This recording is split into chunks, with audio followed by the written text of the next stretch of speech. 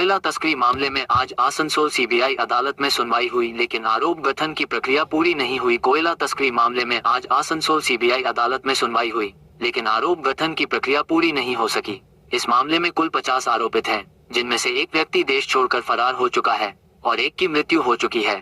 अब इस मामले में कुल 48 आरोपित बचे हैं। आज की सुनवाई के दौरान इन 48 में से 2 आरोपित अदालत में उपस्थित नहीं हो पाए, जिसके कारण आरोप गठन की प्रक्रिया पूरी नहीं की जा सकी।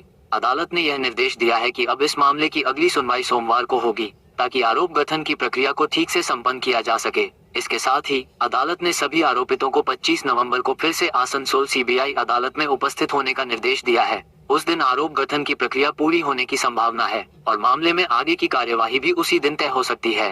आज के প্রসিকিউশন চার্জ প্রপোজ করলো বলতে তারা কোর্টকে বললো যে তারা প্রপোজ করছে যে এই সেকশনে চার্জ ফ্রেম হোক। তো আমাদের কিছু সেকশনের অ্যাপ্লিকেবিলিটি নিয়ে অবজেকশন ছিল, সেই পয়েন্টে আমাদের অবজেকশনটা সোমবার দিন জজ সাহেব শুনবে, তারপর ডিসাইড করবে চার্জটা। তো কতজনের নাম মানে 27 জন আছে? সবাই আজকে 2 জন অ্যাবসেন্ট ছিল, তাদের অ্যাবসেন্ট পিটিশন দেওয়া হয়েছিল, বাকি সবাই প্রেজেন্ট ছিল। ক্যাটাগরি কি করা হয়েছে চার্জ ফ্রেম করার জন্য? ক্যাটাগরি না, মানে কোন কোন ক্লাস, যেমন পাবলিক সার্ভেন্ট একটা, কোম্পানিজ একটা, ইন্ডিভিজুয়াল একটা, এইভাবে কোন কোন ক্লাস্টার এগেনস্টে কী কী চার্জ সেটা প্রসিকিউশন প্রপোজ করলো।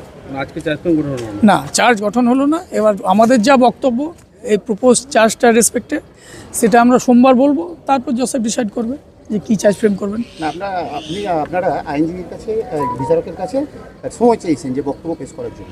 হ্যাঁ, যে আমাদের যা বক্তব্য এই প্রপোজ চার্জের এগেনস্টে সেটা আমরা সোমবার বলবো।